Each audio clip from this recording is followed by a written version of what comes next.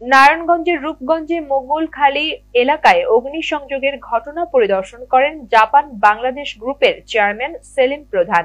প্রতিনিধি লিটন বিশ্বাস জানান, অ্যাসোসিয়েশনের সদস্যরা জানান, বৈষম্য বিরোধী ছাত্র আন্দোলনের পর থেকে গরিব, অসহায়, দুঃখী মানুষের পাশে দাঁড়ান তারা। আওয়ামী লীগের দোসররা ঈর্ষান্বিত হয়ে এই অফিসে আগুন দেন বলে তাদের ধারণা। এ সময় জাপান বাংলাদেশ গ্রুপের চেয়ারম্যান সেলিম প্রধান বলেন, আওয়ামী লীগের দোসরদের সাথে নিয়ে বিএনপির নেতারা সাধারণ মানুষের উপর নির্যাতন অব্যাহত রেখেছে এবং তারেক জিয়ার প্রতি দৃষ্টি আকর্ষণ করে বলেন এদের বিরুদ্ধে ব্যবস্থা নেওয়ার জন্য।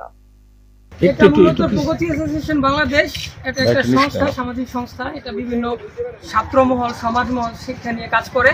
তো এটা আমাদের বৈষম্য বিরোধী ছাত্র আন্দোলনের শুরু থেকে আমরা কাজ করে আসছি সক্রিয়ভাবে।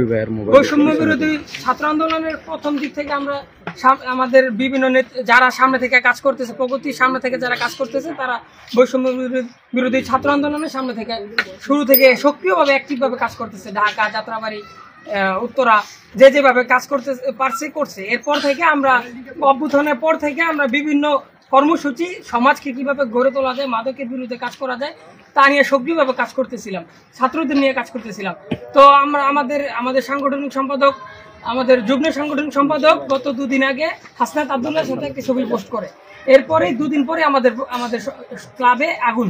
আর এর আগে আপনারা জানেন সচিবালয়ে আগুন দেওয়া হয়েছে, এখন আমাদের ক্লাবে আগুন দেওয়া হচ্ছে। এ দ্বারা আমাদের একটা বড় একটা অংশ যারা সমাজকে পরিবর্তন করে সক্রিয়ভাবে কাজ করতেছে, তাদেরকে দামিয়ে রাখার জন্য একটা বড় ষড়যন্ত্র চলতেছে। এর বিরুদ্ধে আমরা সোচ্চার, সবসময় সক্রিয়ভাবে অ্যাক্টিভ আছি। তো আমরা এখানে যারা যেভাবে কাজ করছে আমরা এখনো ক্লিয়ার না কে আগুন লাগাইছে, কিভাবে লাগাইছে। তো আমরা তদন্ত চাচ্ছি, প্রশাসনের দৃষ্টি আকর্ষণ করছি, ইউনো মহোদয়কে জানাইছি। এটা সুষ্ঠু তদন্তের মাধ্যমে আমরা একটা এখানে কে কিভাবে কেন কি ষড়যন্ত্র করে আগুন লাগাইছে এটা সুষ্ঠু তদন্ত আমরা চাই। প্রশাসনের কাছে আমাদের দাবি, আপনাদের অ্যাক্টিভিটিস আরেকটু বাড়াতে হবে। আপনাদের অ্যাক্টিভিটিস আমাদের প্রতি আরো করতে হবে, যে এইভাবে বিভিন্ন জায়গায় বিভিন্ন অকারেন্স হচ্ছে, এটার বিরুদ্ধে আপনাদের সক্রিয় অ্যাক্টিভিটিস আমরা আশা করি। দেশে ভালো কাজ করতো, দেশে ভালো কাজ করার শত্রু কারা, এটা আপনি আমার কি বলতে বাকি আছে, বুঝতে বাকি আছে? ভালো কাজের শত্রু কারা? ক্রিমিনাল যারা, ক্রিমিনালরা সবসময় চিন্তা করে কি জানেন? ওরা চিন্তা করে ওকে উপরে যেন কি মাথা না দাঁড়াতে পারে। আপনারা দেখেন, বাংলাদেশের জনগণ সবাই দেখছে, রূপগঞ্জবাসী সবাই জানে।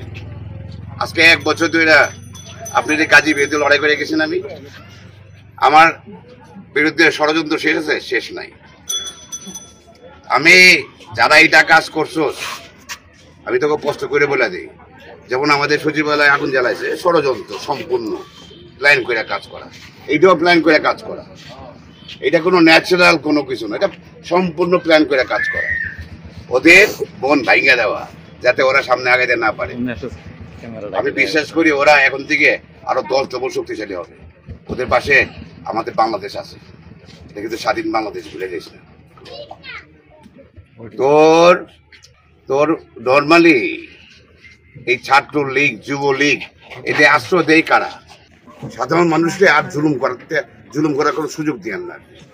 এরা জুলুমের পরে জুলুম, সান্দাবাজি, টেন্ডারবাজি, মাদকের ব্যবসা, অস্ত্র, কোনো কিছু বাকি নাই।